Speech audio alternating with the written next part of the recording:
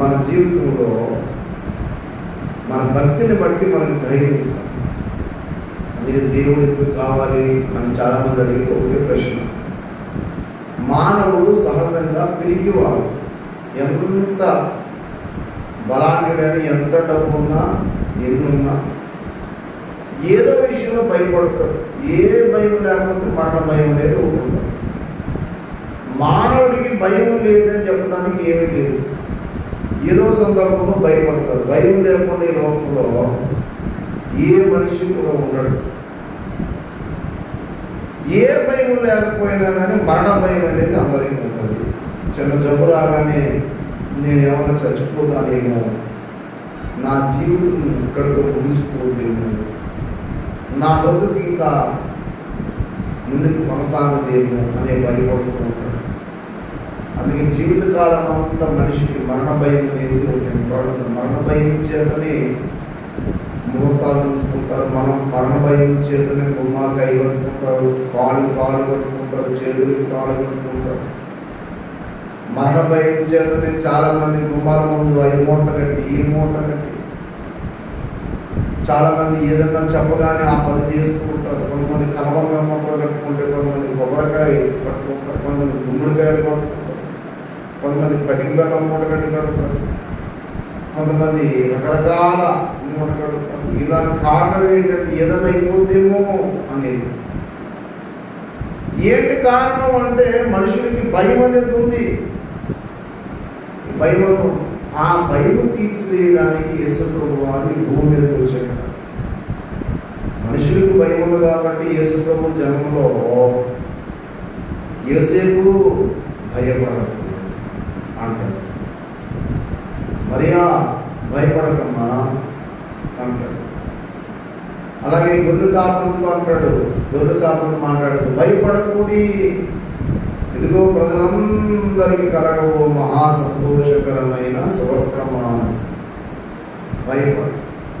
యేసుప్రభు వారి జన్మలో మీరు జాగ్రత్తగా చదివితే భయపడద్దు అనే మాట వినపడదు. అంటే అర్థం ఏంటంటే మనుషులకి ఏదో భయం ఉంటుందన్నమాట. అందుకే యేసుప్రభు వారు వచ్చి మానవుని యొక్క జీవితంలో చేసిన గొప్ప పేరు ఏంటంటే భయము తీసేశారు. ఒకప్పుడు ప్రతి చిన్నదానికి భయపడిపోయే మనిషి ఇప్పుడు ధైర్యంగా ఉంటాడు. విశ్వాసం ఏం చేయాలంటే మనుషులకు ధైర్యం ఇస్తుంది. భక్తి మనుషులకు ధైర్యం కలగజేస్తుంది. చాలామంది చేసే పొరపాటు ఏంటంటే చిన్నదానికి పెద్దదానికి భయపడిపోయి వాడు భయపడిపోవడం కాకుండా పక్క వాళ్ళ ఇంట్లో భయపడతారు. దానికి ప్రతిదానికి భయం. అందుకే భక్తి ఏం చేస్తుందంటే భయం నేర్పిస్తుంది. రెండవదిగా భక్తి వల్ల ఏం కలుగుతుంది? భక్తి ఏమి ఉపకారం చేస్తుంది అనంటే భక్తి జ్ఞానం కూడా ఇస్తుంది. దేవునికి స్తోత్రం కలుగుతుందిగా. భక్తి ఏమిస్తుంది చెప్పండి? జ్ఞానం. భక్తి వల్ల మనుషులు అజ్ఞానులు అవ్వరు. భక్తి వల్ల మనుషులు జ్ఞానవంతులు అవుతారు. అది కూడా దేనికి పడితే దానికి భక్తి చేయటం కాదు. జ్ఞానం ఇచ్చే దేవునికి ఏమండి మనం లోబడినప్పుడు మనకు జ్ఞానం వస్తుంది. సామెతల గ్రంథము 1వ అధ్యాయము 7వ వచనం చూడండి. సామెతలు 1:7 యెహోవా యందు భయభక్తులు కలిగి ఉండుట తెలివికి మూలము. దేవునికి స్తోత్రం కలుగునుగా. భయముతో కూడిన భక్తి కలిగి ఉండుట తెలివికి మూలం. సామెతల గ్రంథము 9వ అధ్యాయము 10వ మాట కూడా చూడండి. సామెతలు 9:10 యెహోవా యందు భయభక్తులు కలిగి ఉండుటయే జ్ఞానములకు మూలము. చూసారా? పరిశుద్ధ దేవుని కూర్చిన తెలివి వివేచనకు అది ఎవరి మీద పడితే వాళ్ళ మీద భక్తి పెడితే జ్ఞానవంతులు అవ్వరు. ఈ మధ్యకాలంలో చాలా మంది భక్తి అని చెప్పి మగవాళ్ళు కూడా ఆడవాళ్ళ తయారైపోతూ ఉన్నారు. మగవాళ్ళు కూడా ఆడవాళ్ళ తయారవుతున్నారు. వాళ్ళు గాజులు వేసుకుంటున్నారు, బట్టలు పెట్టుకుంటున్నారు. నేను అదిరిపోయాను. ఆడవాళ్ళు ఇక్కడ దాకా కాల్ చేసుకుంటే మగవాడు ఇక్కడ దాకా కాల్ చేసుకుంటున్నాడు. అదేం భక్తి ఆయన అంటే సంవత్సరం ఒకసారి చేస్తారట భక్తి. భక్తి మనల్ని జ్ఞానవంతులను చేయాలి కానీ మూఢులను మూర్ఖులను చేయకూడదు.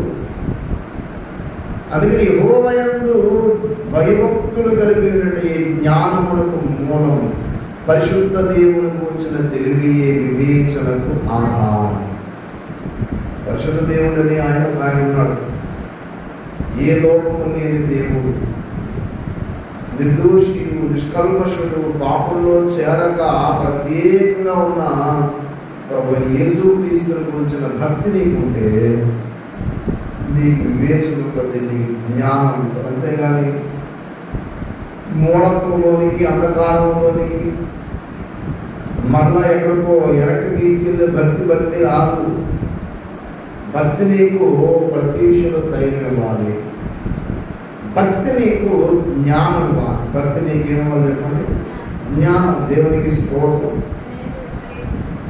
ప్రార్థన చేసే వాళ్ళకి జ్ఞానం ఉంటుంది, వాక్యం చదివే వాళ్ళకి జ్ఞానం ఉంటుంది, దేవుడితో నడిచే వాళ్ళకి జ్ఞానం ఉంటుంది. అంతేగా నామకార్థ భక్తి పనులకి దేవుడు జ్ఞానం ఇవ్వడు. ప్రభు పట్ల సంపూర్ణంగా ప్రేమ ఉంచినప్పుడే జ్ఞానం వస్తుంది. దేవుడికి స్తోత్రం. అందుకే దేవుడి పిల్లల భక్తి మనకి ఏమొస్తుంది చెప్పండి, జ్ఞానం వస్తుంది. అలాగే భక్తి చెడుతనము నుండి దూరము చేస్తుంది. భక్తి పాపానికి దూరంగా పెడుతుంది. చాలామంది భక్తి అని చెప్పి పాపము చేయడానికి భక్తిని వాడతారు. కానీ చిత్రం ఏంటంటే భక్తి నీకు ఏం చేయాలంటే చెడుతనం అసహించుకునే రీతిగా ఉండాలి. అది భక్తి అంటే. అందుకనే సామెతలోనే అన్నాడు, యెహోవాయందు భయభక్తులు కలిగి ఉన్నాడు చెడుతనము 8వ అధ్యాయం 13వ వచనము చూడండి. సామెతల 8:13 యెహోవాయందు భయభక్తులు కలిగి ఉండుట చెడుతనమును అసహించుకున్నటయే. చాలు తల్లి. యెహోవాయందు భయభక్తులు కలిగి ఉండుట చెడుతనమును ఏం చేయుట అంటే, నువ్వు చెడుతనాన్ని అసహించుకుంటలేదంటే దేవుని యందు నీకు ఏమి లేదు, భక్తి లేదు. భక్తిని వంకెడుతున్నావు, చెడుతనం చేస్తున్నావు, పాపం చేస్తున్నావు, ఇంకా త్రాగుతున్నావు, ఇంకా ఇతరులను మోసం చేస్తున్నావు, ఇంకా ఇతరులని నష్టం చేస్తున్నావు, నీటిని పాడు చేసుకుంటున్నావు. ఒక త్రాగుబోతుగా, తిరిగిపోతుగా, గొడవలు పట్టే వ్యక్తిగా, లేదా నేను నాశనం చేసుకోవడం అసూయపరుడుగా, ఒక స్వార్థపరుడుగా, ఇతరుని ప్రేమించలేని తప్పుతో ఉన్నామంటే అర్థమేంటి తెలుసా? నీకు ఇంకా సరైన భక్తి లేదు. భక్తి ఉన్నదంటే చెడుతనాన్ని ఆశ్రయించుకోవాలి. భక్తి ధైర్యం ఇవ్వాలి, భక్తి ఏమవాలి, జ్ఞానం ఇవ్వాలి, భక్తి చెడుతనం నుండి దూరం చేయాలి. మరి నువ్వు ఇంకా పాపం చేస్తున్నావు అంటే అర్థం ఏంటంటే నీకు భక్తి లేదు. పేరుకి మాత్రం భక్తి అని చెప్పుకున్నావు అంతే. కాబట్టి భక్తి నీకు ఏమవ్వాలి, ఏమో చెప్పండి, చెడుతనం నుండి దూరం చేయాలి. మరి నువ్వు నిజంగా భక్తి పరురాలు కదా, ఇంకా చెడుతనం చేస్తున్నావు అంటే భక్తి పరురాలని భ్రమపడుతున్నావా, లేకపోతే నిజంగా భక్తి చేస్తున్నావు? చెడుతనాన్ని నువ్వు ఆశపడుతున్నావు అంటే అర్థం ఏంటంటే నువ్వు ఇంకా పాపంలోనే ఉన్నావు. దేవుడు అంటే భక్తి నటిస్తున్నావే తప్ప నిజమైన భక్తి కాదు.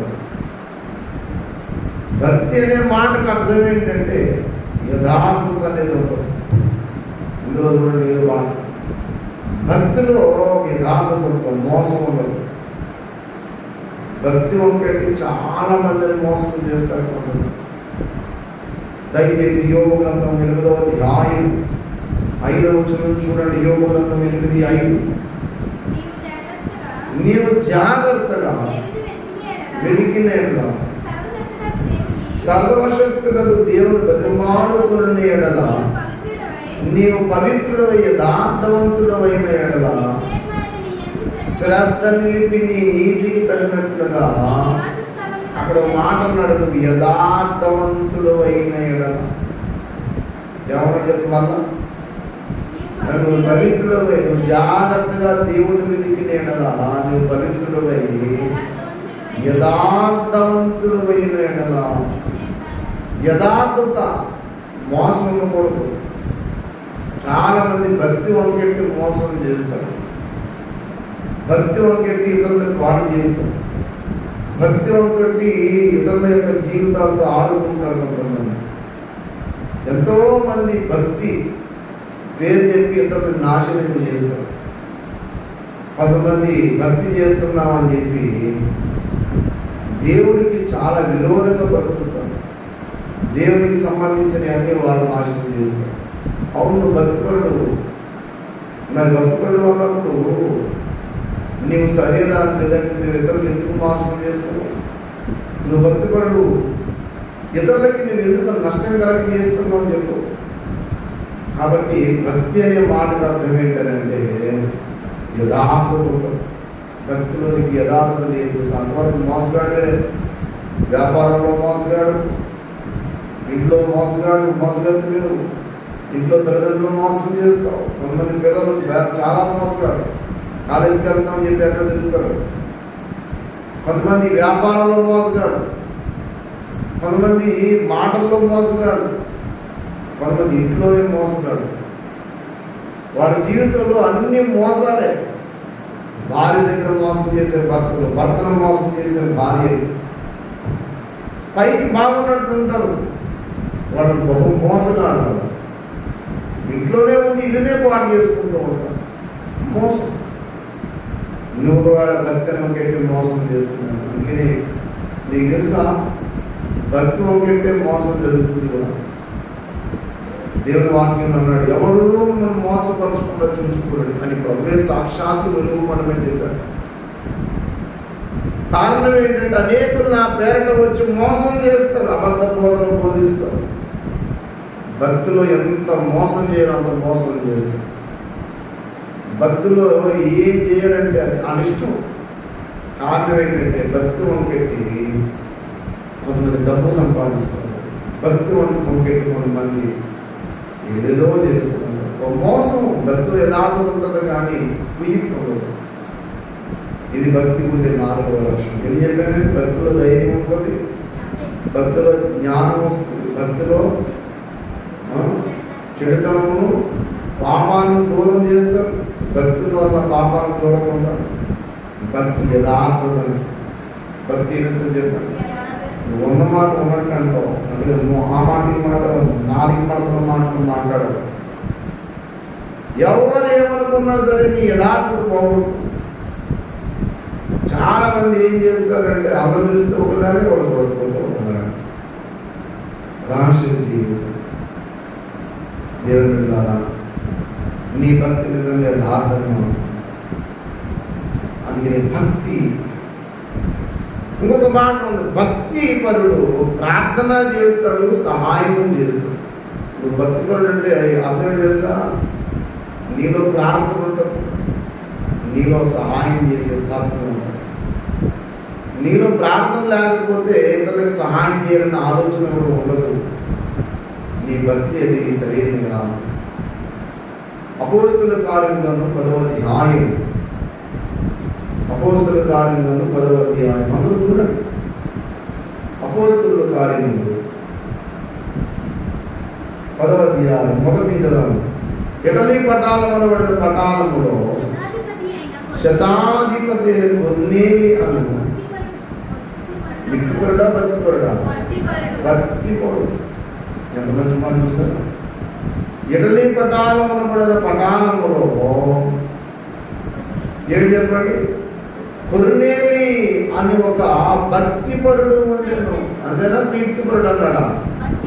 కొంతమందికి కుయుక్తి ఎక్కువ, భక్తిపరుడు. కుయుక్తి అంటే ఏంటి తెలుసా?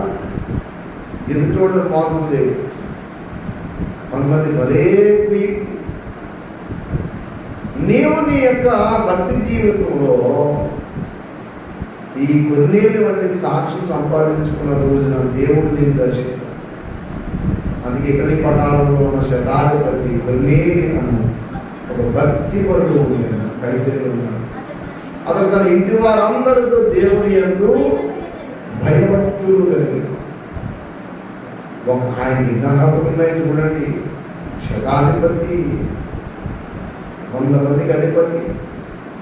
అంతేకాదు భక్తిపరుడు. సాధారణంగా హోదా మంచి ఉద్యోగం ఉంటే భక్తి చేయదు. అదే తెలుసా, నేను ఉద్యోగస్తురాలు, ఉద్యోగస్తులు నీకు భక్తి ఏంటి? కొంతమంది ఉద్యోగంలో పడి భక్తి మర్చిపోతుంది. ఉద్యోగం రాణించేది దేవా ఉద్యోగీనైనా అంటారు. తీరా ఉద్యోగం వచ్చిన తర్వాత ప్రార్థన మానేస్తారు, వాకింగ్ అవుట్ మానేస్తారు. కారణం ఏంటంటే ఉద్యోగంలో బిజీ అయిపోయినండి. ఏది కథలా ఉంటుంది. చాలా మందికి ఉద్యోగం రాగానే, ఒక సీటు మారగానే ఏం చేస్తారంటే, అయ్యగారు ఆఫీసర్ అయిపోతాడు, మిగతా వాడు అందరూ పురుగుల్లో కనపడతారు. నేను ఒక ఆయన దగ్గరికి వెళ్ళాను మాట్లాడడానికి వెళ్తే ఆయన ఏం చేశాడంటే, ఆయన దగ్గరకు వెళ్ళిన తర్వాత ఆయన చాలా విషయాలు మాట్లాడుతున్నప్పుడు చక్కగా ఆర్మోని పట్టుకుని పాటలు పాడి దేవుని సేవలో ఎంతోమందిని ప్రోత్సహించాడు. ఉద్యోగం వచ్చింది, కాస్త షర్ట్ ప్యాంట్లో పెట్టి బెల్ట్ పెట్టుకుని టై కట్టుకుని ఉద్యోగం అయ్యగారికి టక్ చేసుకుని షూ వేసుకుని టై కట్టుకున్నాడు. ఎప్పుడైతే ఈ స్థాయికి వచ్చాడో అయ్యగారు ఇంకెక్కడ దొరకలేదు. దొరకడం అంటే పెట్టండి, అప్పుడు దాకా అందరూ తమ్ముడు అన్నయ్య తిరిగిన వాడే. ఈ హోదా రాగానే అయ్యగారికి ఏమొచ్చిందంటే ఎక్కడ లేని గర్వం వచ్చింది. ఎవరైనా వస్తే నేను కాలు వేసుకుని ఊరుకుంటూ మాట్లాడుతున్నాను. మాట్లాడినట్టు వెళ్తే కథలు ఎక్కలేదు అనుకోండి, ఈడ మాస్టర్ ఏమవుతుంది అన్నట్టు ఒప్పుకున్నాడు. కొంతమందికి ఉద్యోగంలో ఎంత గర్వం తెలుసండి. ఉద్యోగం వచ్చింది ఏంటంటే తగ్గించుకుని దేవుని దగ్గర కొంతమందికి నువ్వు సహాయం చేసి ఒక మాదిరికరమైన ప్రార్థనాపరుడుగా ఉండాలి. అంతేగాని ఉద్యోగం చూసుకుని విడిపడిపోవడం నడమంతరం ఎందుకు రావాలి నీకు? కొంతమందికి డబ్బులు రావడం లేకపోతే డబ్బులు వచ్చిన తర్వాత కాకరకాయ కీకరగా అండి. డబ్బులు వచ్చిన తర్వాత ప్యాషన్ వచ్చేస్తుంది, ప్యాషన్ మాట్లాడుతూ ఉంటారు. అప్పుడు దాకా ఏ అక్క ఏ అన్నయ్య అని మాట్లాడలే. ఇప్పుడు ఏ కుక్కని ప్యాషన్ గారిని పిలుస్తారంటే కోడిని ప్యాషన్ గారిని పిలుస్తారు. అంటే డబ్బులు రాగానే వ్యక్తులకి ప్యాషన్ ఎక్కువైపు. అప్పుడు దాకా అందరినీ పలకరించినోడే. ఉద్యోగం రాగానే అయ్యారు అమ్మో ఇంకేమన్నా ఉందా? భక్తి అంటే అది కాదు. భక్తి నిన్ను ఏం చేయాలి తెలుసా? భక్తి నిన్ను ఒక ప్రార్థనా పరుడు చేయాలి. ఉద్యోగం రాగానే నువ్వు గరిష్ఠ అవ్వకూడదు, ఇంకా ఎక్కువ ప్రార్థన చేయాలి. కొన్నేళ్ళే ఆ మాదిరి ఆయన 100 మందికి అధిపతి. కానీ అద్భుతం ఏంటంటే అంత ప్రార్థనా పరుడు. చాలా మందికి చిన్న ఉద్యోగం ఉండదో పెద్ద ఏదో కష్టపడిపోతున్నాడు, సమయం పెట్టి వచ్చారంటే ఎక్కడ తిరుగుతాడు. ఒకటి సరిగ్గా ఉద్యోగం చేయదు తెలుసా మీకు? కొంతమంది ఉద్యోగం నమ్మకం చేయరు, కొంతమంది మేస్టర్లు ఉంటారు, పాటలు చెప్పాలి సరిగా. ఆ చక్కగా పాటలు చెప్తే పిల్లలకి ఎందుకు చదువు? ప్రైవేట్ స్కూల్ ఎందుకు? గవర్నమెంట్ ఉద్యోగం ఉంటారు, రాగానే వచ్చే వరకు ఉపాధి ఉంటుంది. దగ్గర వచ్చే కానీ ఎప్పుడు సెలవులు అయింది, సెలవులు ఎడుతుంటాం. స్కూల్ సరిగా ఒకడు వస్తాడు కానీ ఈ బయోమెట్రిక్ వెళ్ళిపోతాడు, అంతే. మళ్ళీ సాయంత్రం వచ్చేస్తాడు. ఒక బాగుందంటే ఇప్పుడు ఎవరితో కబురు. నిజంగా వీళ్ళు నమ్మకంగా ఉద్యోగం చేస్తే పిల్లలు కూడా బాగుపడతారండి. నేను చెప్తున్నా, ఉద్యోగం చేసేవాడు సరిగ్గా చేయకపోతే వాళ్ళ పిల్లలు శాపగ్రస్తులు అయిపోతారు. చాలా మందికి ఉద్యోగం వచ్చిన చేయకు రానం చేయకుండా ఉద్యోగం వచ్చిన తర్వాత గర్విష్ఠులై లంచగొండులై డబ్బులు మరుగుతారు, దుర్మార్గమైన జీవితం జీవిస్తారు. శాపం. ఉద్యోగం వచ్చిన తర్వాత ఇంకా ఎక్కువ ప్రార్థన పడు అవ్వాలి. ఉద్యోగం వచ్చిన తర్వాత ఇంకా ఎక్కువ సహాయం చేయడం నేర్చుకోవాలి. చాలామంది కొంతమందికి సుఖం రాగానే దేవుడు మర్చిపోతాడు. కాబట్టి నీ భక్తిని ఏం చేయాలి తెలుసా? ప్రార్థనా పరుడు చేయాలి. కొన్నేళ్ళకి కొంచెం మాట ఉంది, ప్రజలకు బహుధర్మము చేయించు, దేవునికి స్తోత్రం కలుగును గాక. ప్రజలకు ఏం చేస్తారు? ప్రార్థన చేస్తుంది. దేవదూతే వచ్చి మాట్లాడాడు. ఎంత మంచి భక్తి అండి. నాకు తెలిసిన చాలా మంది డాక్టర్స్, ఐఏఎస్ ఆఫీసర్లు దేవుని దగ్గర ఎంత దీనిలో నువ్వు పెరిగే కొద్ది దీనుడుగా ఉండాలి. కొన్నేని అంతేకాదు, కొన్నేని భక్తి పనులు ఇంకొక విషయం ఉన్నాయి. ఒక అద్భుతమైన విషయం ఏం తెలుసా మీకు?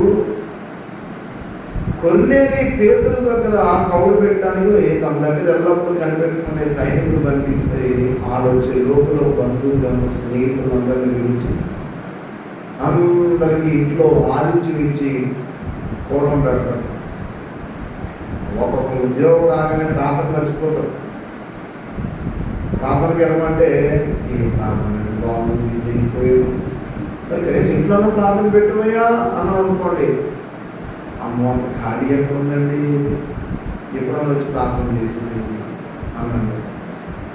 నువ్వు ఎంత ఉద్యోగం ఎదుగుతావో అంతగా దేవుని బిడ్డలను పిలిపించుకుని ఇంట్లో ప్రార్థన పెట్టించుకోవడం చాలా ముఖ్యం.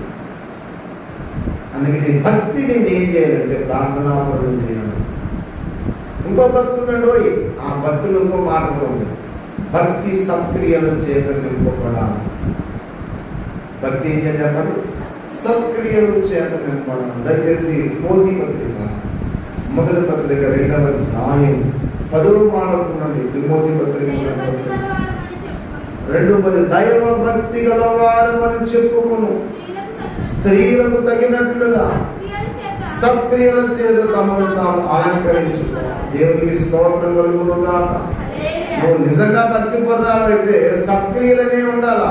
ఒక్కొక్కరు ఎప్పుడు ఒకరికి అనకూడదు, కానీ ఇంగిలి చేతితో కాగి పట్టడం అంటే కాగి తినేంత దేవుడు అంత పేనాస్తాను. ఏనాడు ఒక సేవకుని పిలిచి భోజనం పెట్టు, ఏనాడు ఒక పేద బిడ్డకి సహాయం చేసిన తత్వం ఉండదు అసలు. అందుకే కుటుంబాన్ని దీవించబడదు. నువ్వు నీ పిల్లలు దీవించబడాలనుకుంటే ఏం చేయాలి తెలుసా? కొంతమంది ఉపకారం చేయడం నేర్చుకో. ఉపకారం చేయడం నేర్చుకుంటే దేవుడు నేను దీవిస్తాను. ఎవరన్నా ఆకలితో ఉన్నారు అన్నం పెట్టు. క్రైస్తవుల ఇంట్లో ఎప్పుడు కూడా మనిషికి ఎక్స్ట్రా అన్నం ఉండాలి. ఒక ఆయన చెప్పాను, దేవుని బిడ్డలేని గృహంలో ఒక వ్యక్తికి ఎక్స్ట్రా భోజనం ఉండాలి. ఉంటే పొద్దున్న తినచ్చు, మిగిలితే సాయంకాలం తినచ్చు, నష్టమే లేదు. ఎదిగి మాట చెప్తుంది తెలుసా? ఎప్పుడూ కూడా ఇతరులకి సహాయం చేసే తత్వం ఉండాలి. ఎబ్రీ పత్రిక 13వ అధ్యాయం మొదటి నుంచి చదవండి దయచేసి.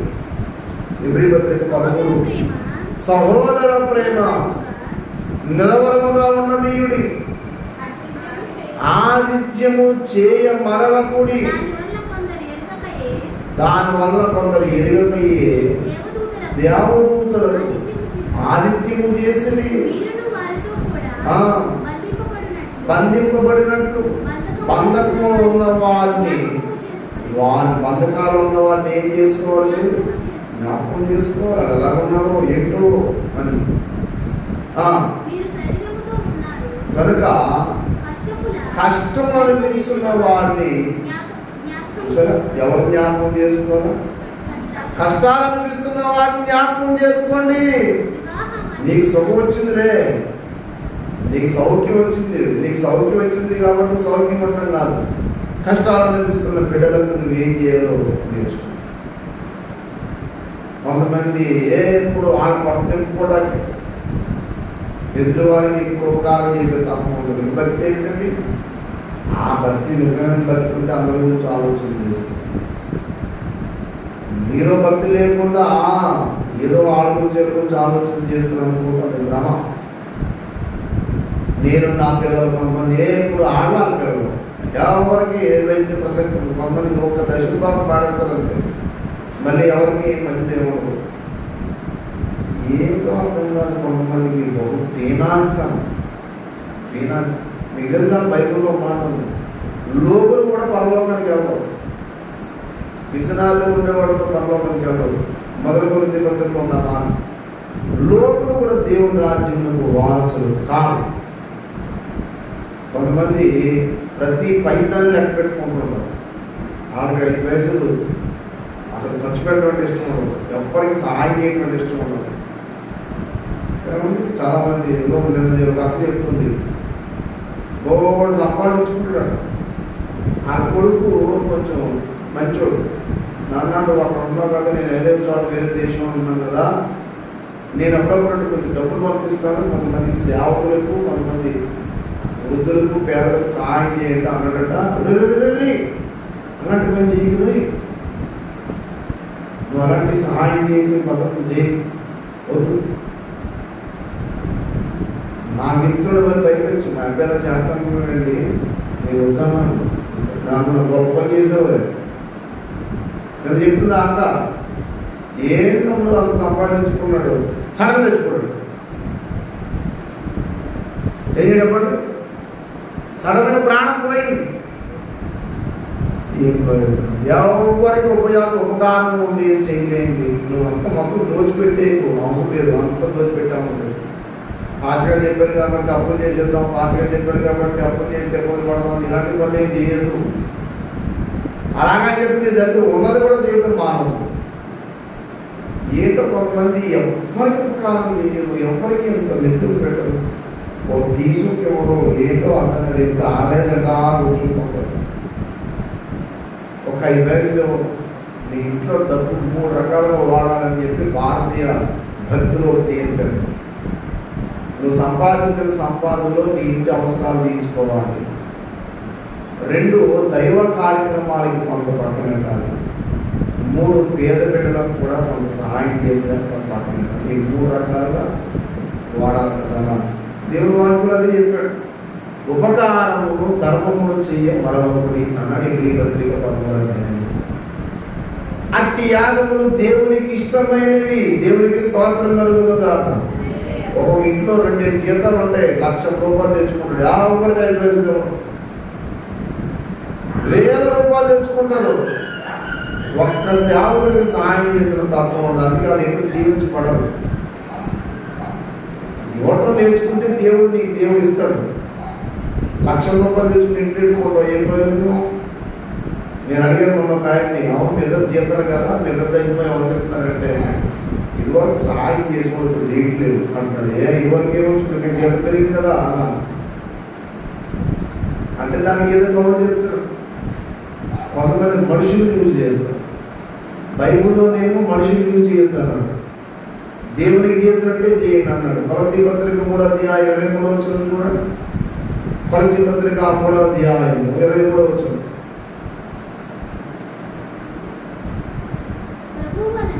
ప్రభువు వలన స్వాస్థ్యం ప్రతిఫలముగా పొందుదమని మీరు ఎరుగుదురు కనుక మీరు ఏమి చేసినా అది మనుషుల నిమిత్తము కాక ప్రభువు నిమిత్తమని మనస్ఫూర్తిగా చాలు.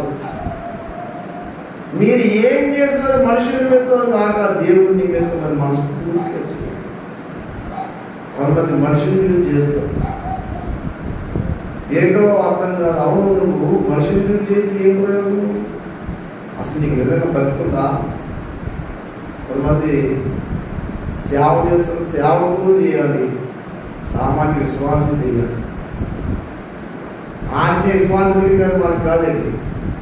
మరో పాస్టర్ గారు కోళ్ళు పట్టుకుని లోపలెట్టాడు, రాత్రి మంచి కోడలు అని చెప్పి. పాస్టర్ గారు ఆ రోజు ఒక వాక్యం చెప్పబడ్డాడు, ఎవరు మన ఇతరులు ఆశించకూడదు, ఏనాడు కూడా వేరే వాళ్ళు మనం ఆశించకూడదు, మనం ఇతరులు సాయం చేయాలి అని బలంగా బల్లబుద్ధి వాక్యం చెప్పాడు. వాక్యం చెప్పేటప్పటికి అమ్మగారు భోజన టయానికి ఉట్టి స్వారీ పెట్టినాడు. అదే కోడేదే బోర్డుగా పెట్టాం కదా, రాత్రి పోసుకోవడం. మీరేం చెప్పారు వాక్యం అంటే ఎవరిని ఆశించొద్దామన్నా, అది మంకాల కోడి ఎవరి దగ్గరికి వచ్చింది, పక్కడికి 2 కప్పెట్టి పోసేమన్నాడు.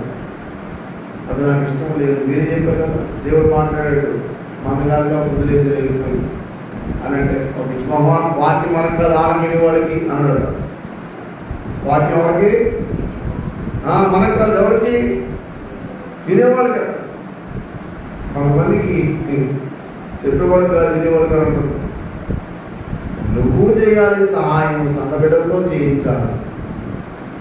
నువ్వు ఎప్పుడైతే భక్తి అనుకుంటావో ఆ భక్తి నువ్వు ఆచరించి చూపించాలి. దేవునికి స్తోత్రం. పౌలు అనే భక్తుడు ఒక మాట అంటాడు, ఇదిగో మీ నిమిత్తము నాకు కలిగింది ఖర్చు పెడతాను, అంతేకాదు నన్ను నేను కూడా వ్యయం చేసుకుంటాను. 2వ కొరింథీ పత్రిక అందరూ చూడండి, మంచి మాట ఉంది. 12వ అధ్యాయం 2వ కొరింథీ పత్రిక 12వ అధ్యాయం 15వ వచనం చూడండి. కాబట్టి నాకు కలిగినది యావత్తు మీ ఆత్మల కొరకు బహు సంతోషముగా వ్యయపరచదను, నన్నును నేను వ్యయపరచుకున్నాను. వ్యయపరచడం అంటే ఖర్చు పెట్టడం. నాకు కలిగింది యావత్తు మీ ఆత్మల కొరకు బహు సంతోషంగా ఖర్చు పెడతా, అంతేకాదు నన్ను నేను ఖర్చు పెట్టుకుంటాను. దేవునికి స్తోత్రం కలుగును గాక. ఎంత మంచి భక్తి అండి. 10 ఇతరుల మీద కోపెడతారు, ఈయన మాత్రం 5 వేలు ఖర్చు పెడతారు. ఎప్పుడు ఏనాడు ఖర్చు పెట్టేవాళ్ళు ఉంటారు. అయ్యయ్యో ఇప్పుడు అది భక్తిలో ఒక భాగం ఏంటంటే ఇతరులకు సహాయం చేయాలి. దేవునికి స్తోత్రం. దేవుడి బిడ్డ, నీ భక్తి ఇతరులకు సహాయం చేస్తాను. చివరి మాట నేను ముగిస్తాను.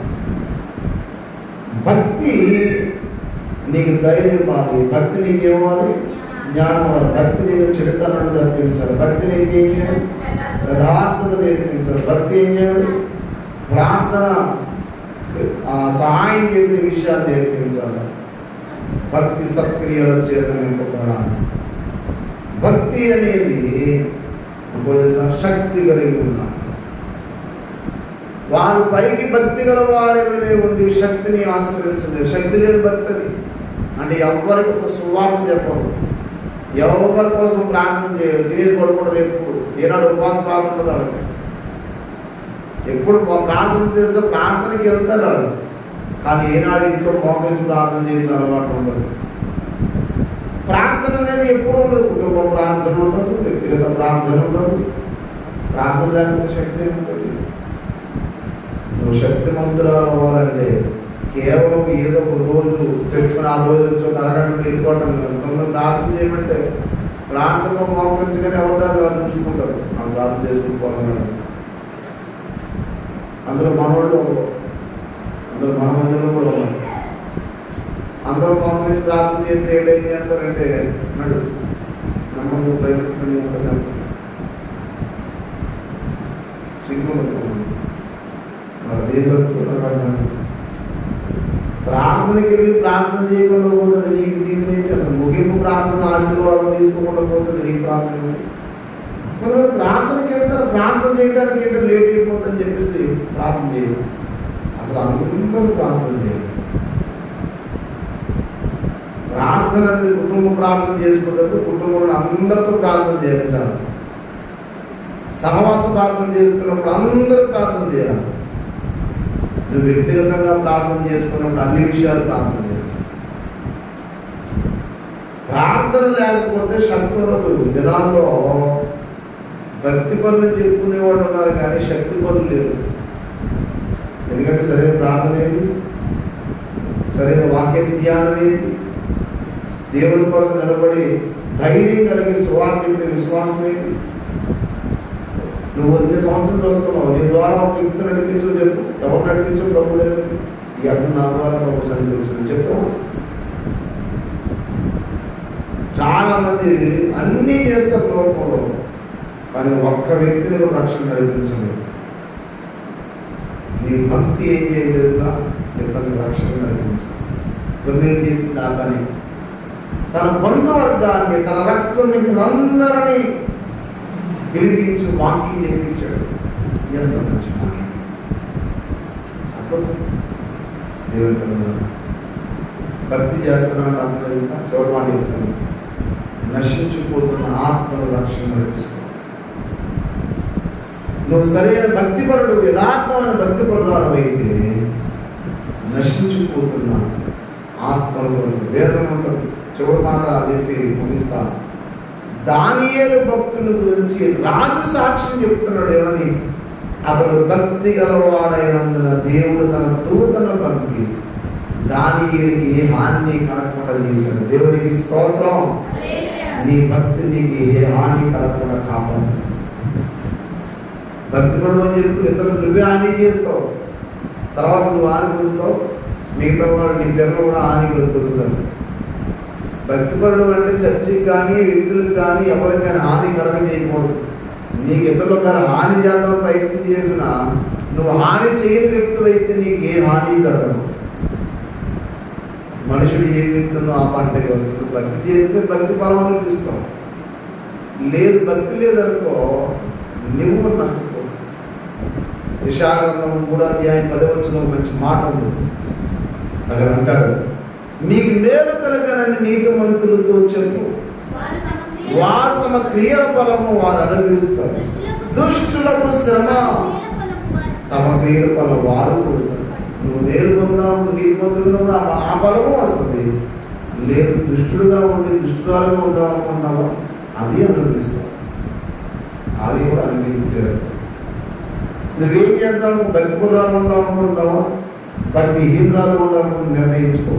భక్తిపరుడుగా లేదా భక్తిహీనుడుగా ఉండి దేవుని శాపం అనుభవించి దేవుడు దూరం అవుతావు, లేదా భక్తి కలిగి దేవుడితో నమ్మకం ఉంటావో నిర్ణయం నీదే.